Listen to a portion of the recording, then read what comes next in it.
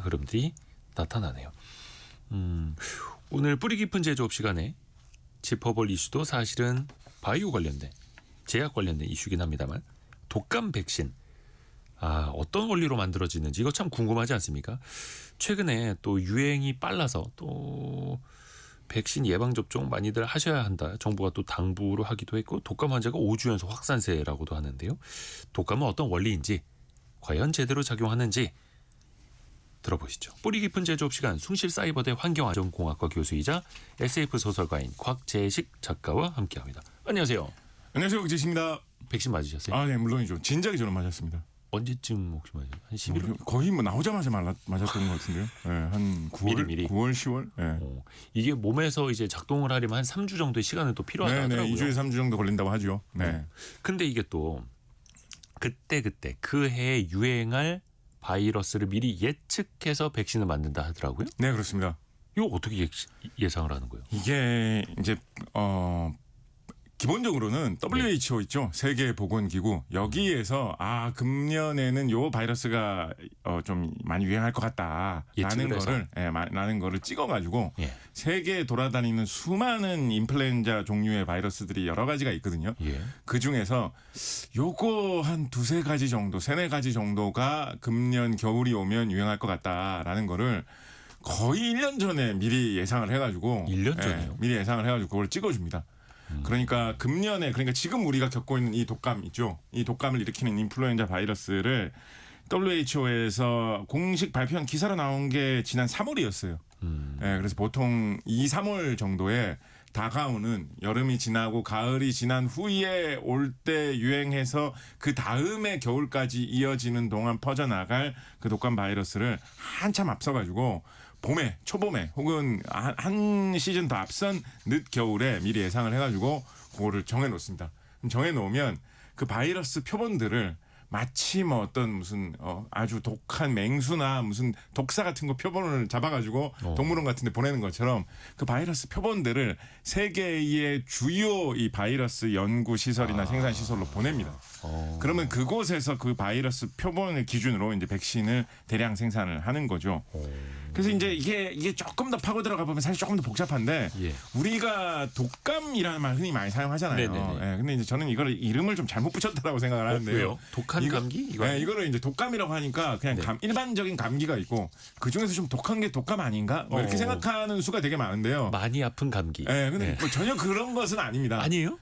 일단 병을 구분하는 기준이 좀 전혀 다르고요. 일반적으로 감기라고 하는 거는, 그러니까 감기라고 하는 게 사실은 우리가 되게 많이 걸리는 병이고 되게 대수롭지 않게 흔하게 생각하는 병이지만 사실은 감기라는 병이 되게 이상하고 수수께끼 같은 그런 병입니다. 그렇죠. 감기라는 병이 명확하게 과학적으로 따졌을 때는 그런 병이 정확하게 하나가 딱 있는 게 아니고요. 바이러스 같은 것에 감염이 되어가지고 우리가 생각하는 그 감기 증상이 대체로 나타나서 코나 입, 목구멍 이런 데가 아픈 병을 그냥 다 뭉뚱그려서 감기라고 하는 겁니다. 그래서 보통 감기에 걸렸다라고 하는 사람들을 이렇게 데려다가 조사를 해보면 리노 바이러스라는 바이러스에 감염돼서 그 증상이 나타나는 사람들이 제일 많기는 하거든요. 근데 뿐만 아니라 뭐 아데노 바이러스라든가 코로나 바이러스 중에 좀 뭐 이렇게 하잘것없는 거에 걸린 뭐 이런 경우라든가 그렇게 여러 가지 다양한 바이러스에 걸려가지고 하여튼 증상이 좀 우리가 생각하는 그 감기 증상이 나타나면 그냥 다 묶어서 그냥 감기 걸렸네라고 하는 게 감기입니다. 그래서 감기는 우리가 뭐 독감은 뭐 예방 접종을 한다. 뭐 다른 수많은 병도 뭐 예방 접종을 하고 치료 방법이 있고 뭐 이런 게 많이 있잖아요. 근데 감기는 그런 게 잘 없습니다. 감기는 예방 접종을 하기도 되게 애매하고요. 왜냐하면 원인이 하나로 정해져 있는 게 아니니까. 그리고 치료 방법도 사실은 마땅히 없습니다. 하나의 어떤 명확한 원인으로 생기는 게 아니라 대충 이 증상이 나타나는 거를 다 뭉뚱그려서 그냥 감기라고 부르는 거기 때문에 그래서 감기 그런 뭐 옛날 뭐 아저씨들이 하는 농담이긴 합니다만 그런 말 있지 않습니까? 감기 걸려가지고 약 먹으면 뭐 일주일 만에 낫고 약 안 먹으면 7일 만에 낫는다 뭐 이런 얘기 있지 않습니까?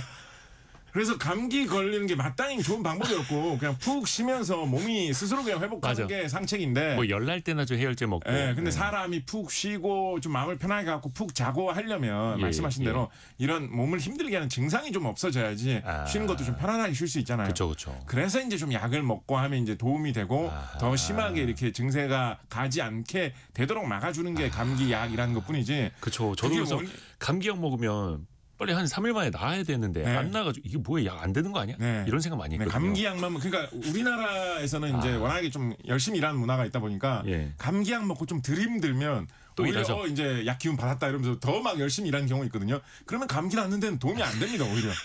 그걸 기회로 쉬어서 몸을 회복시키는 거거든요. 그래서 이제 그런 게 감기고요. 그렇게 좀 그 이상한 증상들을 다 뭉뚱그려서 부리는 게 감기고 독감이라는 거는 인플루엔자라는 바이러스에 걸려가지고 생기는 병을 독감이라고 부르는 겁니다. 그래서 우리가 그러니까 인플루엔자는 좀 완전히 다른 거예요. 우리 기억나십니까? 2009년에 우리나라에서 그때 당시에 봄에서 초여름 정도였죠. 우리나라에서 굉장히 유행했던 병으로 신종플루라는 게 있었습니다. 신종플루 맞아요. 2009년에 처음 나왔을 때 되게 무서웠었어요. 네, 그게 바로 인플루엔자가 일으키는 병 중에 하나예요. 신종플루라는 게. 인플루엔자로 분류되는 바이러스도 세부적으로 구분을 해보면 되게 여러 가지가 있거든요.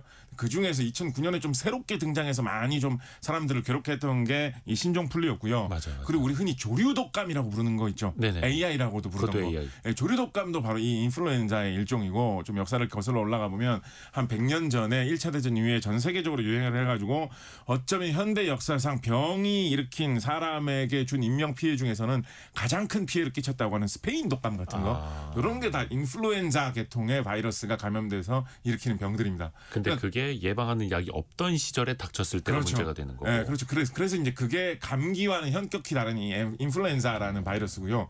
요거 때문에 걸리는 게 독감이다라고 보시면 되겠습니다. 근데 지금 이미 말씀드렸듯이 인플루엔자도 또 세부적으로 파고 들어가 보면 종류가 여러 가지가 있잖아요. 그래서 그 중에서 우리가 통상 독감이라고 부르는 거의 원인이 되는 게 또 한 몇 가지 정도가 있거든요. 네. 근데 그 중에서도 세부적으로 그걸 분류를 또 해가지고 요거 정도가 오는 가을 겨울에 유행할 것 같다라는 거를 WHO에서 전 세계 한 120개 국가들하고 협력을 해가지고 연구를 합니다. 그래서 그거를 이제 한참 앞서가지고 봄에다가 발표를 하면 예를 들어서 금년에 발표된 내용 중에 보면 이거 한번 읽어볼까요? A 빅토리아 4897200이 H1N1 PDM09 라는 인플루엔자 바이러스가 예. 오는 가을 겨울에 유행할 것 같다라고 예. 이번 3월 달에 미리 전망을 해가지고 내놓은 거예요. 이렇게 무슨 몇 개를 뭐 전망을 했어요. 별 이름 아닙니까? 행성 이름 아닙니까? 그런 식으로 이 인플루엔자 바이러스가 워낙 여러 가지의 형태로 여러 가지 구분으로 여러 가지 지역에서 나타난 표본이 있을 수 있으니까 그 표본을 찍어서 부르는 말이죠. 그래서 그게 보급이 되면 여름철 동안 이 백신 공장에서 이거를 열심히 생산을 해서 만들어 가지고 요거를 이제 가을철에 겨울철에 이제 공급을 하는 이런 구조로 운영이 되는 것입니다. 근데 너무 오래 전에 예측을 하니까 틀릴 수도 있는 거잖아요. 그게 그것도 이제 말씀을 드릴 텐데요. 이게 이제 그 예측을 하는 것 자체가 조금 어긋날 수도 있고요. 예. 근데 그거는 그렇게까지 크게 걱정을 안 하는데 네. 뭐가 진짜 많이 이게 어긋나가지고 고생을 할 때가 많냐면 요 백신의 생산 규모를 어느 정도로 해야 되느냐. 백신이라는 게 지금 이렇게 매년 발표가 나오는 거기 때문에 금년에 많이 만들어 놓으면 내년에 또 쓸 수 있는 게 아니거든요. 한 시즌 지나면 폐기를 해야 됩니다. 아하. 그리고 우리나라 인구가 5천만이니까 대략 뭐 한 500만은 이 예방 접종하지 않을까라고 해서 생산 시설 규모를 500만에서 1000만 사이로 만들어놨는데 예. 사람들 그거보다 예방 접종을 훨씬 덜한다. 이러면 그것도 되게 골치 아파지는 거죠.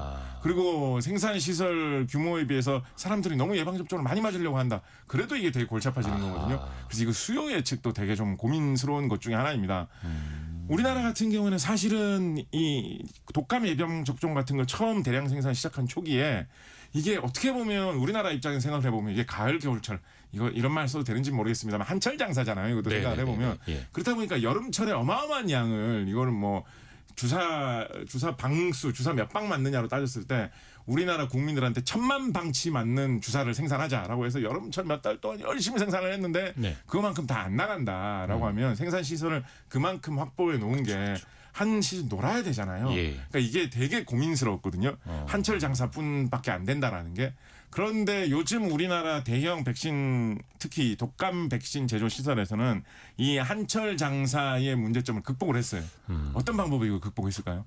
한철 장사를 네, 어떤 식으로? 그 생산 독감이라는 라인에 게 가을 겨울밖에 예. 예방 접종을 판매를 할 수가 없는 건데 이 계절적인 한계를 우리나라의 이런 대규모 독감 생산 공장들이 어떻게 극복했을까요? 다른 약이라도 만들어야죠. 통 씻어서. 그런 방법도 하고요. 예. 그런데 근본적으로 이 같은 시설을 이용을 하면서도 이거를 어떻게 1년 내내 생산 시설을 돌릴 수 있을까 고민을 하다가 계절이 정반대인 남반구에다가 수출. 독감 백신을 판매하는 방법을 개발을 한 것입니다. 그래서 요즘은 우리나라 독감 백신 같은 경우는 수출도 꽤나 많이 해요. 남미 같은 경우에는 남아메리카 지역 같은 경우에는 우리나라하고 계절이 정반대죠. 네. 이곳에서는 범아메리카 보건기구라는 게 있거든요. PAHO인가 그렇습니다. 네. 여기에서 이 수많은 나라들이 공동으로 백신을 뭐 보급하고 공급하는 이런 것들을 추진을 합니다. 그래서 거기에서 이런 뭐 입찰 같은 걸 받아가지고 전 세계 공급사로부터 공급을 받는데 우리나라에서 독감 백신 제일 많이 생산하는 회사에서는 요거를 좀 자랑스럽게 좀 이야기를 하고 있습니다. 우리가 이 범아메리카 보건기구의 이 남반구 지역에 입찰해서 10년 연속으로 우리가 계속 1위를 하고 있다. 네네네. 한국 백신이 이 정도로 독감 백신 같은 경우는 해외에 잘 판매되고 있다라는 거를 좀 많이 이야기를 하는 편이죠. 그리고 아까 지적해 주셨던 대로 이걸 좀 지나치게 너무 일찍 예상을 해가지고 좀 아까 인플루엔자 백신도 독감 백신도 되게 종류가 다양할 수 있다고 말씀드렸잖아요.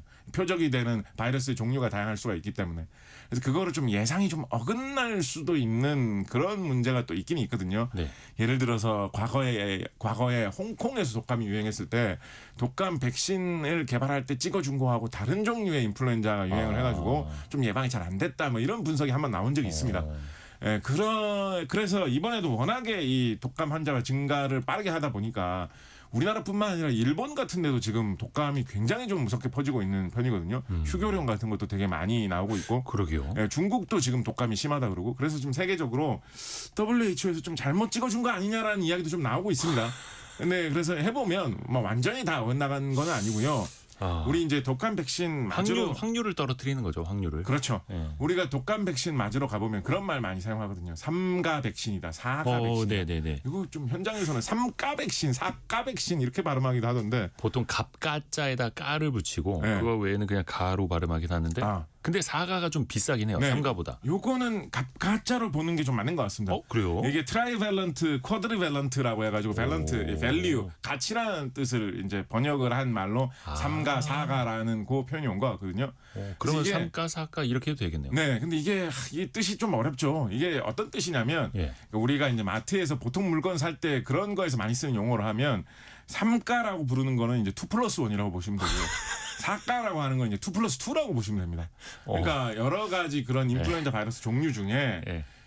인플루엔자 A로 구분되는 거 2가지 하고 인플루엔자 B로 구분되는 거 1가지. 그래서 2+1을 한 방에 이렇게 놔주는 게 3가 백신이고 트라이밸런트고 그다음에 인플루엔자 A로 구분되는 바이러스 2가지, 인플루엔자 B로 구분되는 바이러스 2가지, 2+2 4가지를 한 방에 예방을 해주는 목적으로 개발된 게 쿼드리밸런트 백신이다. 뭐 이런 식으로 이야기를 하는 4가 백신이다. 이런 식으로 이야기를 하거든요. 예. 근데 이제 그 3가든 4가든 그 중에서 예측한 거 하나가 조금 어긋나지 않았나 이런 얘기가 요즘 좀 나오고 있어요. 그 중에 하나가. 네, 뭐 확정적으로 막 그게 많이 나오는 얘기는 아니고요. 이제 독감에 걸려가지고 아파가지고 이렇게 오신 분들 있지 않습니까? 그럼 그 중에 일부는 이제 연구를 해볼 거 아니에요. 네네네. 연구를 해보면 이거는 우리가 백신으로 예방할 수 있다고 예방 목록을 뽑아놓은 것 중에는 좀 안 보였던 바이러스 같은데 이 사람이 여기에 감염돼서 좀 고생하고 있네. 그러니까 2+1인데 그 +1을 딴 걸 준 거네요. 그렇죠. 그런 식으로.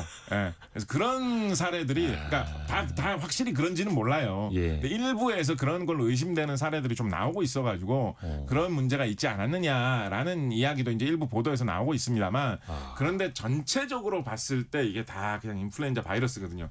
그리고 예방을 이미 하고 있는 것도 이 2+1, 2+2 중에 이미 뭐 2개 이상 있거든요. 그렇기 때문에 그래도 이 백신을 맞는 것이 훨씬 더 이 예방을 하기 좋다라고 이야기를 하고 있고요. 또 금년의 가을 같은 경우에 또 돌아가서 생각을 해보면 이 인플루엔자 바이러스 접종 그 속도가 과거에 비해서 조금 줄지 않았느냐라는 이야기도 있었어요. 접종 속도요? 네, 그러니까 사람들이 맞는 숫자가 조금 이제는 독감 좀 안 무서워하는 분위기로 간 거 아닌가 이런 이야기도 조금 있긴 했었거든요. 근데 이제 독감이 유행한다 이런 이야기가 워낙 많이 돌다 보니까 지금은 이제 숫자가 쑥 올라왔고요. 이게 또 사람이 안 걸렸을 땐 거봐 나 안 맞았는데 안 걸렸잖아 하다가 한 번 더 심하게 아파 보면 네. 내년에 꼭 맞아야지. 네. 그래서 지난 화요일 날 이 질병관리청장님도 이 공개적으로 카메라 찍는데 가가지고 이렇게 주사 맞으셨고요. 예, 그다음에 지금 통계 나온 걸 보면 1,100만 명 정도가 우리나라에서 접종을 했다라고 하거든요. 1,100만 명이? 네, 우리나라 인구가 5천만 명이니까 많이 맞은 거 아니에요? 1,100만 명이 꽤 많이 맞은 거죠.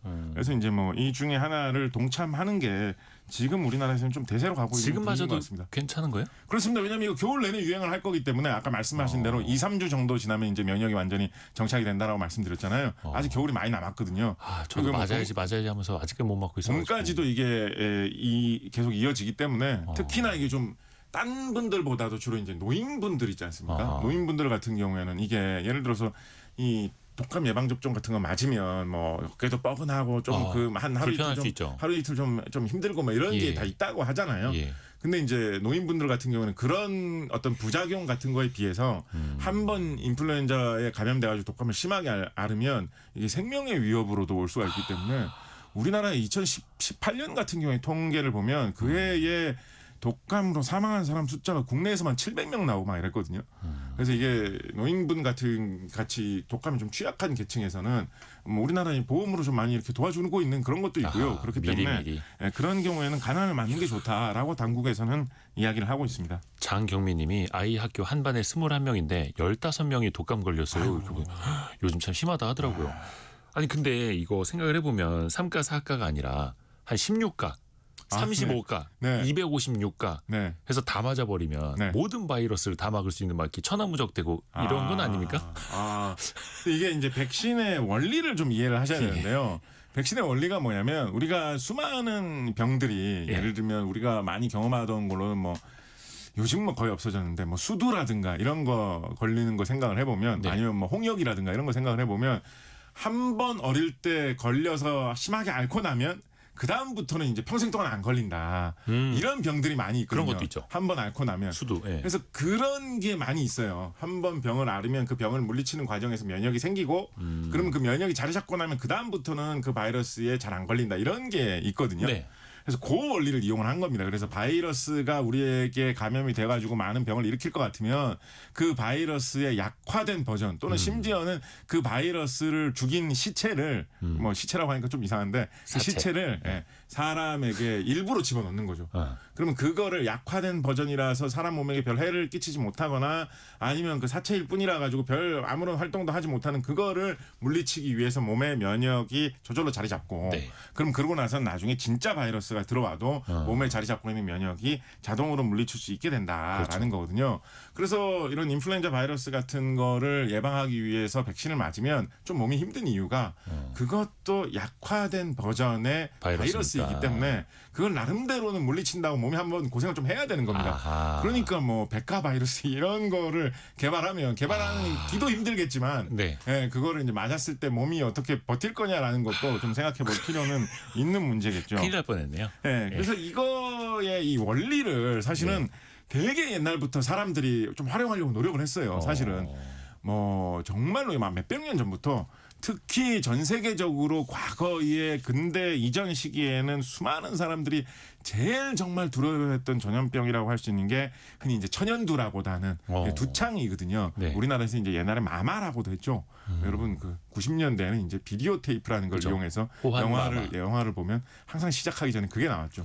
옛날 어린이들이 호환 마마가 가장 무서운 병이었다. 뭐 무서운 그런 적이었다라는 걸 이야기를 하는데 그때 그 마마가 천연두 두창이라는 전염병을 말하는 건데 이 천연두 두창도 마찬가지거든요. 한 번 어릴 때 걸리고 나서 만약에 회복하는 데 성공을 하면 걸렸다가 한 번 나으면 그 다음부터는 평생 이제 걸리는 걸 걱정을 할 필요가 없거든요. 그러니까 진짜 옛날부터 이 원리를 이용을 해서 가만 또 천연두는 정말 많은 사람들이 걸렸기 때문에 애들이 천연두 걸리는 걸 이렇게 가만히 보다 보면 어떤 애들은 진짜 별로 안 아프고 넘어가는 애들이 있어요. 그러니까 저런 애가 갖고 있는 습성을 남도 어떻게 이렇게 복사해서 갈 수만 있다면 천연두를 미리 예방할 수 있을 텐데 이런 생각을 한 사람들이 되게 많아가지고 중국이나 인도 같은 지역에서 뭐 한 몇백 년 전부터 이런 류의 기법을 많이 연구를 했었습니다. 우리나라에서도 18세기 말 19세기 초에 정약용 선생 이런 분들이 막 이런 거 연구했었어요. 좀 이런 천연두에 걸린 사람의 몸에서 나온 무슨 그런 물질을 뽑아다가 일부러 딴 사람한테 주입을 해가지고 천연두에 걸리게 하는데 어떻게 잘하면 되게 약하게 앓고 넘어가면서 면역만 생기게 할 수 있지 않겠느냐 그 연구를 했었는데 그 방법으로는 사실은 좋은 방법을 개발 못 해가지고 그러니까 너무 위험성이 높았죠.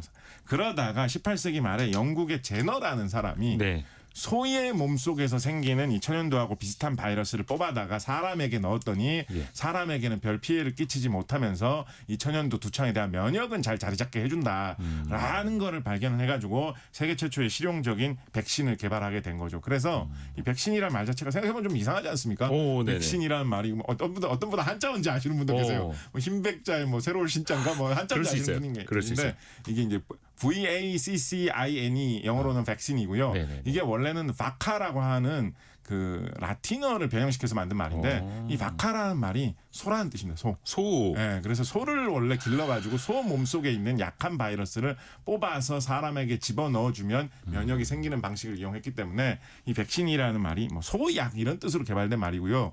지금도 백신을 만드는 기본 원리는 같습니다. 바이러스나 그 바이러스의 사체 혹은 뭐 바이러스의 약화된 버전 이런 걸 만들어야 되는데 그거를 만들기 위해서 어떤 다른 동물 같은 거에 몸속에 넣어가지고 그걸 잘 길러서 뽑은 다음에 사람한테 주입한다. 이 기본 원리는 지금도 거의 대부분의 백신에서 유지되고 있습니다. 아, 너무 신기합니다. 9969님이 저는 매일 2부를 들으면서 김포에서 신촌까지 출근합니다. 이대호님이 제일 많이 웃는 날이 곽 작가님 나오는 날이 유익하고 즐겁습니다. 보내주셨고 그리고 남기은님이 달걀 알레르기 있으면 독감 백신을 못 맞는다고 하던데 왜 그런가요? 이렇게도 보내주셨어요. 아 이거 네. 이거 정말 재밌고 좋은 질문입니다. 예.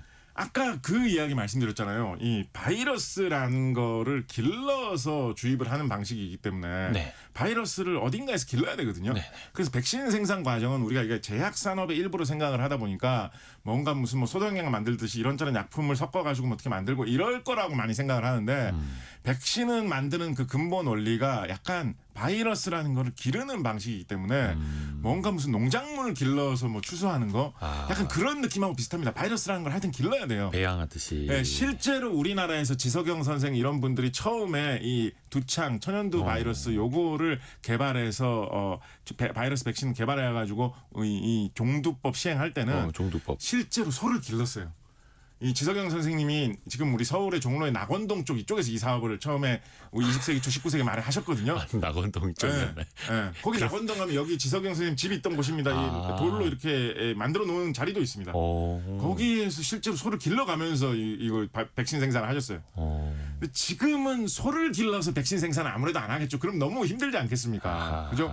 지금은 뭘 이용할까요? 지금은 어떤 걸 이용할까요? 돼지를 이용할까요? 개를 이용할까요? 뭐 이용할까요? 달걀. 그렇죠. 네, 지금은 제일 간편하고 쉽게 길러낼 수 있는 방법으로 달걀을 이용합니다. 특히 그래서 이런 거 되게 신기해요. 백신을 대량으로 생산하려면 예. 그 백신 생산한 여러 가지 그런 물질들이나 주 재료 같은 것들을 만들기 위해서 주변에 연관 산업이 잘 발달되어 있어야 될 거 아니겠습니까? 네네네네. 근데 연관 산업으로 꼭 필요한 산업 중에 하나가 백신 대량 생산 공장 옆에는 대형 양계장이 있어요. 양계장.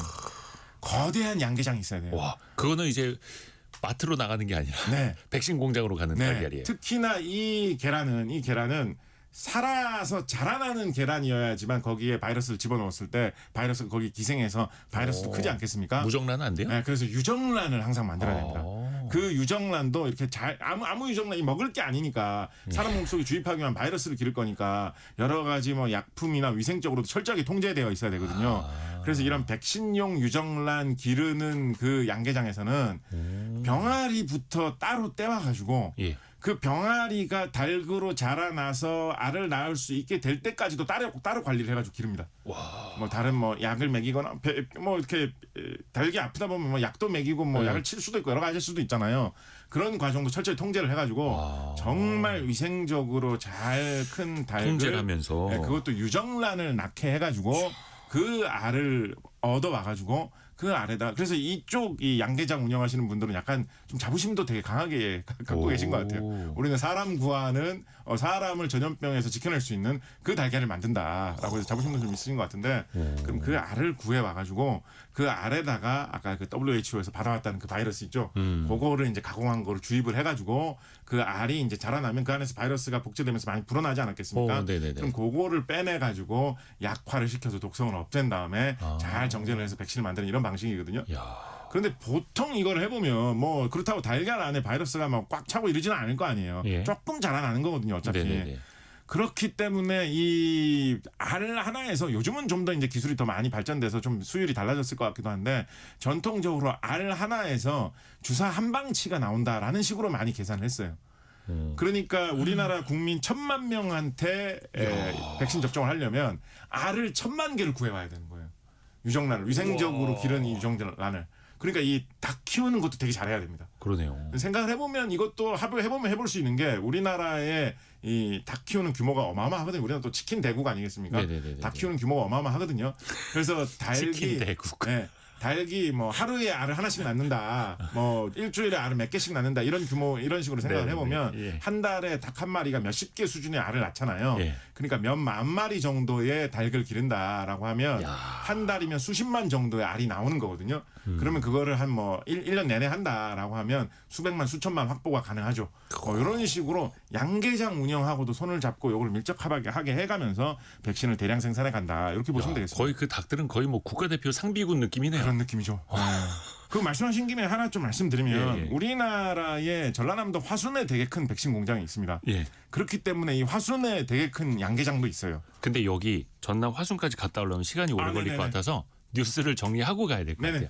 왜냐하면 곽재희 작가님 한 번 질문하면 5분이거든요. 현재까지 들어와 있는 뉴스 먼저 정리해드리고 곽재희 작가의 이야기 이어갑니다. 라디오 정보센터 다녀옵니다. 뿌리 깊은 제조업 시간 곽재식 작가와 오늘은 백신에 대해서 이야기를 들어보겠습니다.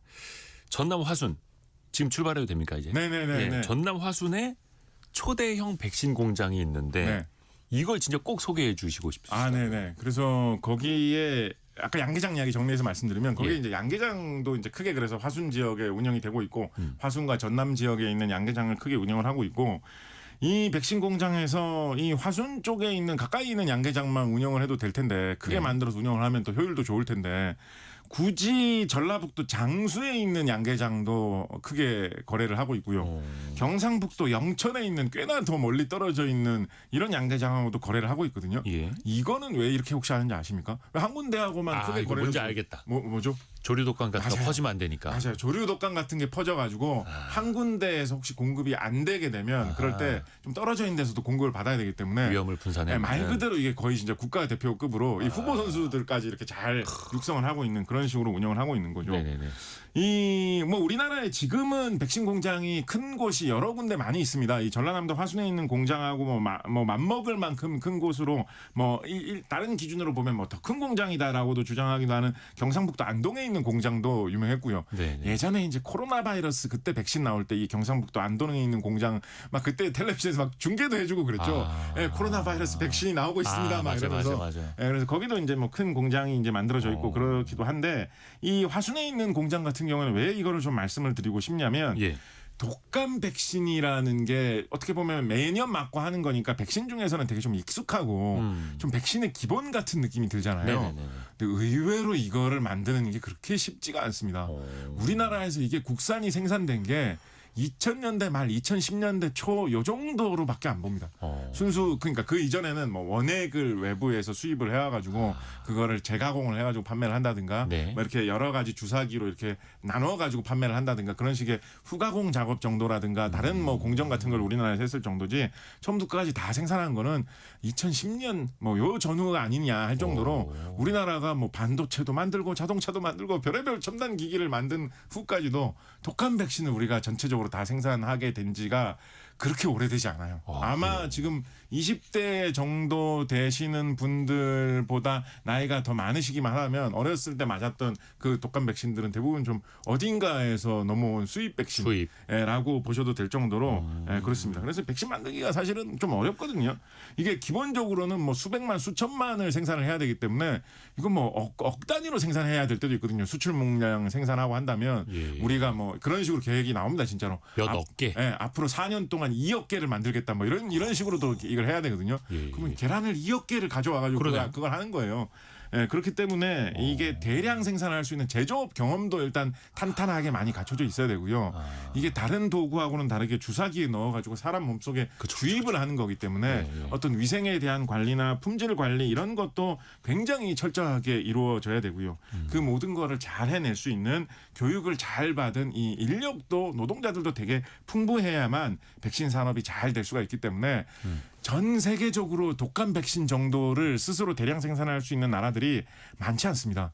유럽의 선진국들도 예를 들면 뭐 애지간한 유럽 나라, 뭐 북유럽의 뭐 제조업 대국이라든 뭐 스웨덴이라든가 아니면 뭐 이탈리아라든가 이런 나라들도 우리나라 같은 이런 대규모 백신 생산 공장이 없어요. 뭐 그래서 이게 할 수 있는 나라들이 얼마 안 됩니다. 그러네요. 예, 뭐 그래서 우리나라에서 처음 이 백신 공장, 독감 백신 대규모 공장을 건설한다라고 했을 때 그때 당시에 이 정도면 세계 10번째 전후 공장 아니냐.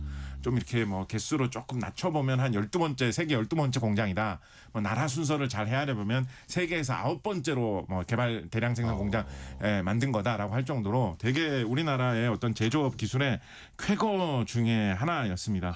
근데 지금 그게 이제 잘 돼가지고 지금은 전 세계로 수출하고 있을 정도로 성장을 했다라고 하면 상당히 대단한 거죠. 그러네요. 반대로 생각을 해보면 어떤 것도 볼 수 있냐면 그래서 지금은 국내에 유통되고 있는 독감 백신들이 국산 백신들이 다수거든요. 네네네. 근데 아직도 수입 백신도 일부는 들어오고 있습니다. 보면 금년 같은 경우에 이제 입찰 나고 뭐 공고되고 이런 걸 보면 아직도 프랑스 회사에서 국내 백신 공급을 계약을 이렇게 하는 그거를 추진하는 게 꾸준히 계속 나오고 있어요. 이렇게 반대로 생각을 해보면 프랑스 같은 나라들은 진작에 이런 쪽에 백신 대량 제조 요 기술을 구축을 해놓은 덕분에 아직까지도 이 멀리 떨어진 한국에까지도 프랑스에서 닭 길러가지고 계란 받아가지고 그걸로 백신 만들어서 한국까지도 수출하는 거를 지금도 하고 있을 정도로 탄탄한 기술 사업으로서의 경쟁력을 꾸준히 확보를 해나가고 있다. 이런 것도 우리가 좀 살펴볼 필요가 있겠죠. 야, 이게 백신뿐만 아니라 그 양계 산업까지도 또 그 연계가 쭉 되니까 네.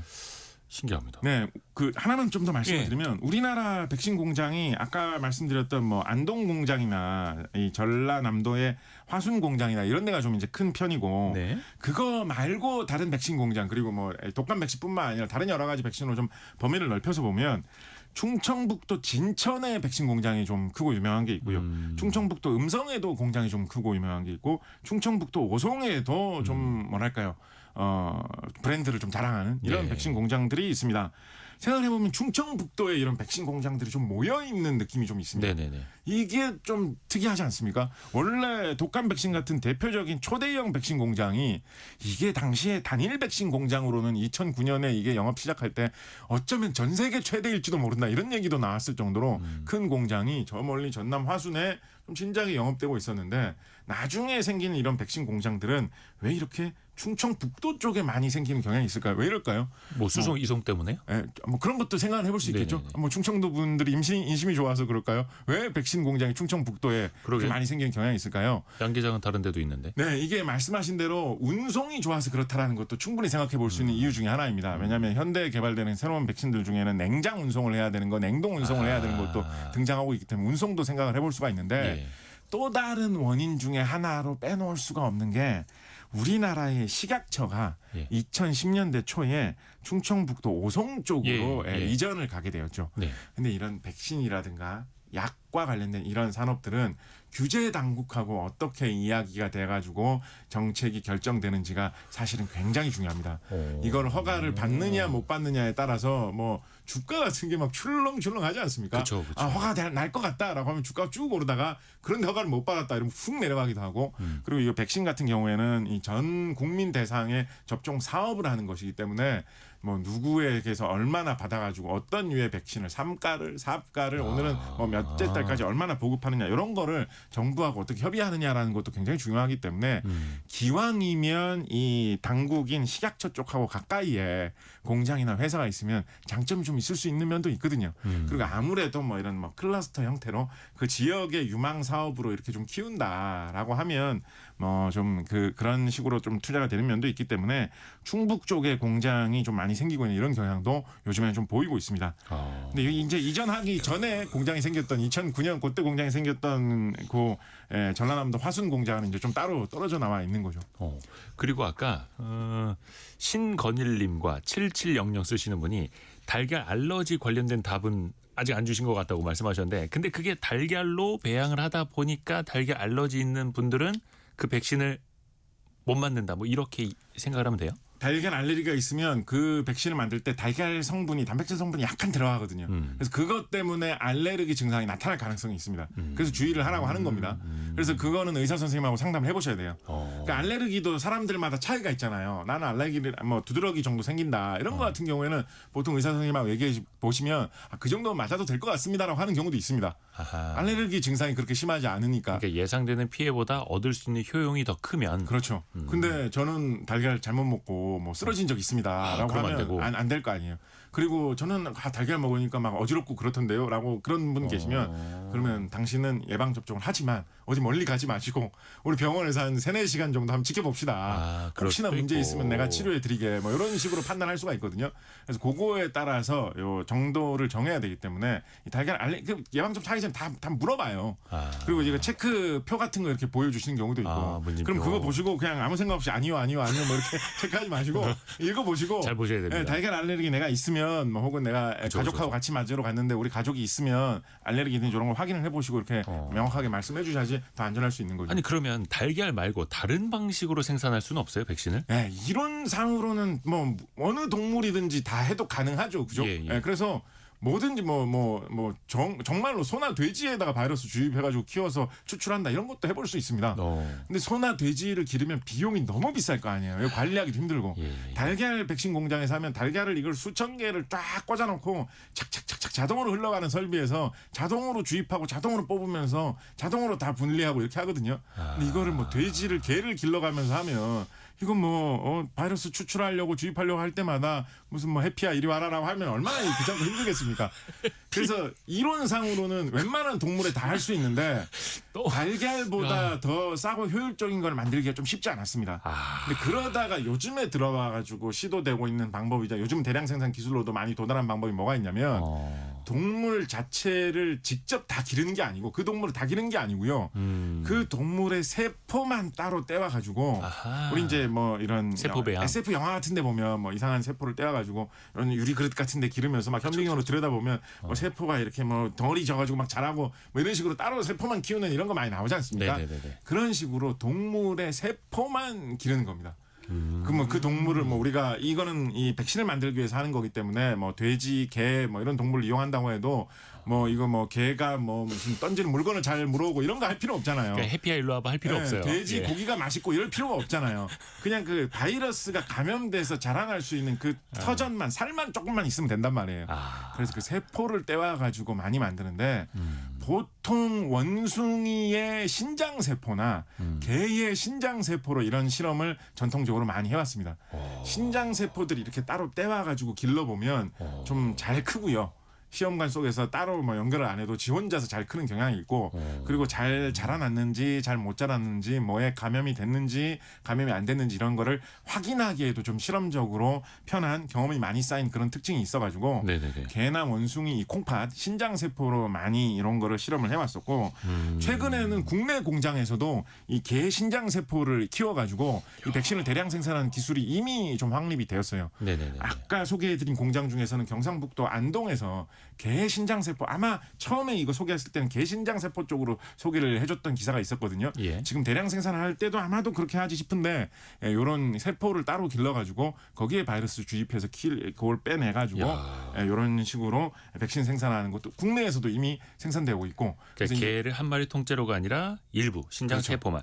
2968님이 저희 강아지 이름이 해피라고 깜짝 놀라셨어요. 전국에 지금 해피들이 큰일 날 뻔했습니다 지금. 네, 그래서 이런 백신들 같은 경우는 진짜 뭐 계란 알레르기가 난 심해가지고 이 예방 접종 못하는데 어떡하냐 이런 분들에게는 이게 아주 좋은 대안이 될 수가 있는 거죠. 그러네요. 그리고 뭐 이쪽 업체에서는 저희는 실제 생물을 이용하지 않고 100% 처음부터 끝까지 다 실험실에서만 하기 때문에 더 뭐 위생적이고 안전하다 뭐 이런 식으로도 이야기를 하는데요.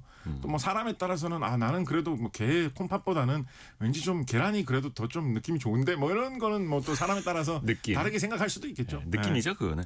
근데 우리 지난번에 코로나 백신 mRNA 백신 네네네. 새로운 형식이었잖아요. 그때 처음 우리가 봤던 거.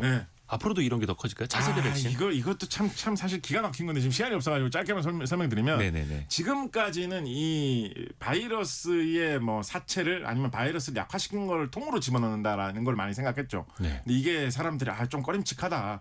그래도 바이러스인데라는 인식이 있다 보니까 제조합 단백질 백신, 유전자 제조합 바이러스 백신이라고 해가지고 요즘에는 그 바이러스의 일부분, 예를 들면 바이러스의 껍데기 부분만 만들어가지고 네. 집어넣는다. 바이러스의 몸에 한쪽만 그냥 잘라가지고 집어넣는다. 이런 방식도 요즘에 꽤나 많이 사용되고 있습니다. 바이러스를 통으로 집어넣는 게 아니라 훨씬 더 안전한 느낌이죠. 근데 거기에서 한 발자국 더 나간 게 mRNA 백신인데요. 이 mRNA 백신 같은 경우에는 바이러스의 그런 껍데기도 만들지 않고 바이러스의 껍데기 같은 물질을 만들 수 있는 정보만 사람의 몸속에 주입을 해주는 거예요. 이 좀 신비로운 기술 같지 않습니까? 이게 mRNA, M이 메신저? 네, 그렇습니다. 그래서 이걸 집어넣어주면 그 사람의 몸속에서 그 바이러스의 정보를 받았기 때문에 바이러스의 그 몸 일부 껍데기와 같은 물질에 해당하는 게 사람의 몸속에서 저절로 조금 생깁니다. 그럼 그거에 대해서 알아서 몸에서 면역이 이루어지는 거예요. 정보를 주면 만든다. 네, 그래서 이게 뭐 내용상으로도 신비롭게 하거니와 이 mRNA 바이러스, mRNA라는 거를 새롭게 만들어내는 과정 자체가 되게 간편하거든요. 빠르게 점점 더. 개발할 수가 있거든요. 점점 더. 네, 그래서 새로운 병이 발견됐을 때 그거에 해당하는 백신을 신속하게 개발할 수 있다라고 해서 mRNA 방식이 많이 기대를 받고 있죠. 2146님이 오늘 백신에 대해서 진짜 잘 알게 되셨다고 고맙다고 글을 올려주셨고요. 시간이 없어서 빨리 했습니다만 사실은 45분이 지났습니다. 놀랍지 않습니까? 45분이 이렇게 빨리 지나간다는 거. 곽재식 작가였습니다. 고맙습니다. 감사합니다. 감사합니다. 자, 내일은 저희